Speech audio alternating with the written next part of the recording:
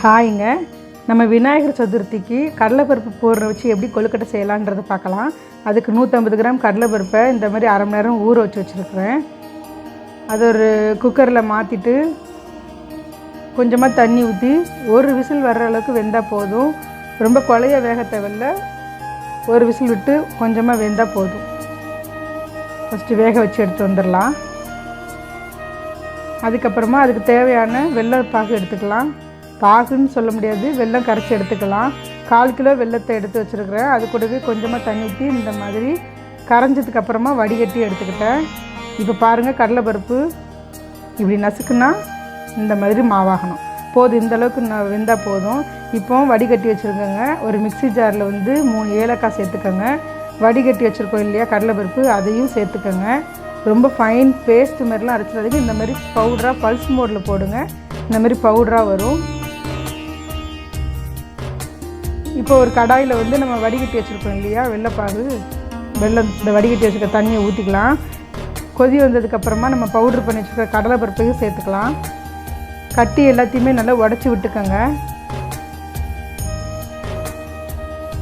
ஒரு 5 நிமிஷம் இந்த மாதிரி கிளறிக்கிட்டே இருங்க.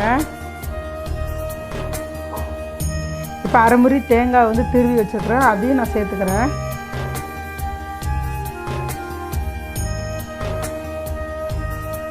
நல்லா கிளறிக்கிட்டே இருங்க. நல்லா கட்டி ஆகிற வரைக்கும் கிளறுங்க. பூர்ணம் கையில் பிடிக்கிற அளவுக்கு வரணும். அந்த அளவுக்கு நல்லா கிளறிக்கிட்டே இருங்க. பாருங்கள், இந்த மாதிரி திரண்டு வரவும் ஒரு பிளேட்டுக்கு மாற்றி ஆற விட்டுருங்க. இப்போ பூர்ணம் ரெடி ஆகிடுச்சு. இப்போ மேல் மாவு எப்படி செய்யலான்றதை பார்க்கலாம்.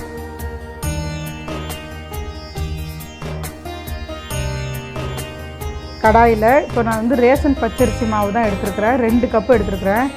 இப்போ அதை ஒரு சிம்மில் வச்சு ஒரு 4 நிமிஷம் கொஞ்சம் சூடு வர்ற அளவுக்கு வறுத்துக்கோங்க. எதுக்கு இப்படி வறுக்கிறோன்னா, நம்ம கொழுக்கட்டை செஞ்சு ரொம்ப நேரம் ஆனால் கூடவே சாஃப்டாகவே இருக்கும். அதுக்காக தான் நம்ம வறுக்கிறோம். போதும், இந்த அளவுக்கு வறுத்தா போதும். 4 நிமிஷம் போதும். இப்போ இதை ஒரு பவுலுக்கு மாற்றி ஆற விட்டுடுங்க.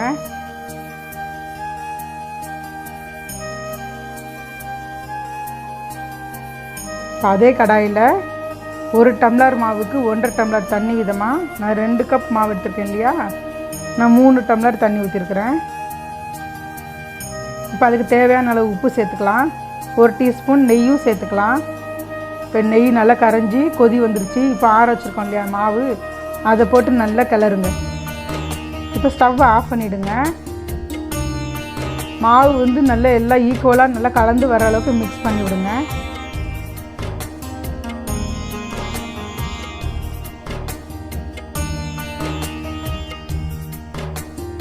கடை மாவாக இருந்தாலும் சரி, எந்த மாவாக இருந்தாலுமே சரி, 1க்கு 1.5 தண்ணி கரெக்டாக இருக்கும். ரொம்ப தண்ணி விட்டுறாதீங்க. பத்தலைன்னா கூட நம்ம கொதிக்க வச்சு கூட தண்ணி கொஞ்சம் தெளித்து மாவு பிசைஞ்சிக்கலாம். தண்ணி ஆக்கிடாதீங்க. இந்த அளவுக்கு நல்லா எல்லா மாவும் ஈக்குவலாக ஸ்ப்ரெட் ஆகிற அளவுக்கு நல்லா கலந்துக்கோங்க.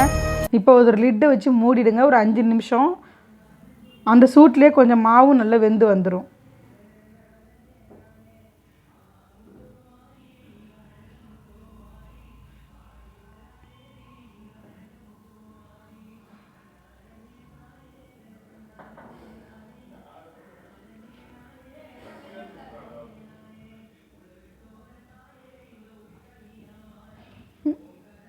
இப்போ ஒரு 1/4 மணி நேரமே கழித்து தான் நான் எடுத்துருக்கிறேன். கை பொறுக்கிற சூடு அளவுக்கு இருக்குது. இப்போ இது நல்லா பிசைஞ்சு கொடுத்துக்கலாம். ஈக்குவலாக நல்லா எல்லா பக்கமும் நல்லா கலந்து வர்ற அளவுக்கு நல்லா சப்பாத்தி மாவு மாரி நல்லா பிசைஞ்சிக்கலாம். இப்போ இது எப்படி கொழுக்கட்டை செய்யலான்னு பார்க்கலாம். ஒரு வாழை இலையில் நான் நெய் தடவிருக்கேன். நெய் தடவிட்டு கொஞ்சமாக மாவு எடுத்து நல்லா தின்னாக தட்டிக்கங்க. இந்த மாதிரி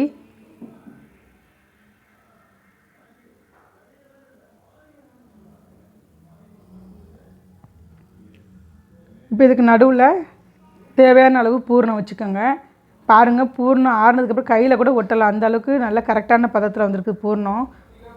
இப்போ 2 சைடையும் வச்சு அழுத்துனிங்கன்னா இந்த மாதிரி ஈக்குவலாக மூடிக்கும். நல்லா இந்த மூடுற இடத்துல கரெக்டாக இந்த மாதிரி கை விட்டு அழுத்திக்கோங்க. அப்போ தான் பூர்ணம் வேகிறப்ப வெளியே வராது. இன்னொன்று கூட நான் செஞ்சு பார்க்குறேன் பாருங்கள். இலையில கொஞ்சமாக நெய் தடவி இந்த அளவுக்கு தின்னாக திரட்டிக்கோங்க.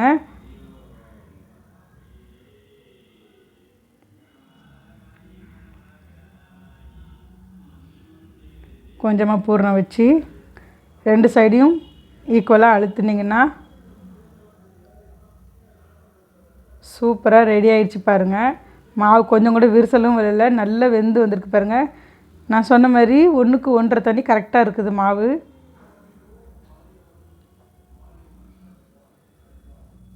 இப்போ இந்த மவுல்டில் வந்து எப்படி பண்ணலாம் அப்படின்னு பார்க்கலாம். கொஞ்சமாக நெய்யை வந்து எல்லா பக்கமே க்ரீஸ் பண்ணிக்கலாம்.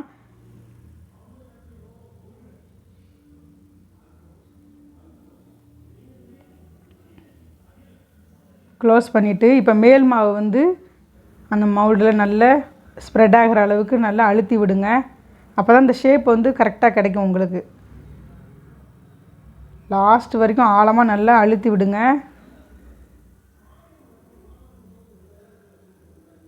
இந்த மாதிரி நல்லா அழுத்திட்டு நடுவில் வந்து பூரணம் வைக்கிற அளவுக்கு கேப் விட்டுக்கோங்க.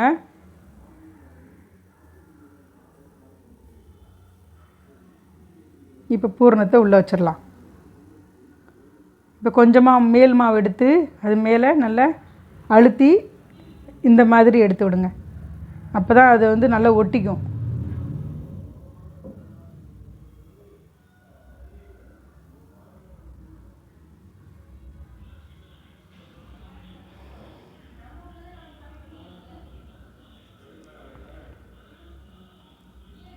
பாருங்கள் எவ்வளோ அழகாக வந்திருக்குன்னு பாருங்கள். கொஞ்சம் கூட மாவு உடையவே இல்லை, விரிசலும் விடலை. எடுக்கும்போது நல்லா சூப்பராக வருது பாருங்கள்.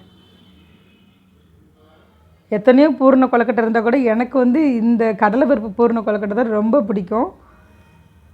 சில பேர் எள் வெல்லம் அந்த மாதிரி கூட சேர்ப்பாங்க. இந்தமாரி நான் வந்து கொஞ்சமாக அவிக்கிறதுனால கடாயிலே வச்சுட்டேன். இட்லி குண்டானை எடுக்கவே இல்லை. கடாயிலே இந்தமாரி இலை வச்சுக்கோங்க. இலையை வச்சு இதை வச்சுட்டு கொழுக்கட்டை எல்லாத்தையுமே சேர்த்து மூடி வச்சுருங்க. ஒரு 5 நிமிஷம் போதும், ரொம்பலாம் வேக வேண்டாம். ஏன்னா ஏற்கனவே இது வெந்த மாவு தான், அதனால் ரொம்ப டைம் எடுக்காது. பாருங்கள், சுட சுட விநாயகருக்கு பிடிச்ச கடலைப்பருப்பு மோதக கொழுக்கட்டை ரெடி. கொஞ்சம் கூட விரிசல் வெள்ளை பாருங்கள், உடஞ்சி வரல, சாஃப்டாக இருந்ததுங்க, ரொம்பவே சாஃப்டாக இருந்தது. நீங்களும் இதேமாரி ட்ரை பண்ணி பாருங்கள். எப்படி வந்துச்சுன்றதை கமெண்ட் செக்ஷனில் சொல்லுங்கள். என்னுடைய வீடியோ பிடிச்சிருந்துன்னா என்னுடைய சேனலை சப்ஸ்கிரைப் பண்ணி சப்போர்ட் பண்ணுங்கள். இந்த வீடியோவை உங்கள் ஃப்ரெண்ட்ஸ் அண்ட் ஃபேமிலிக்கு ஷேர் பண்ணி விடுங்க. அடுத்த வீடியோவில் பார்க்கலாம். பாய்.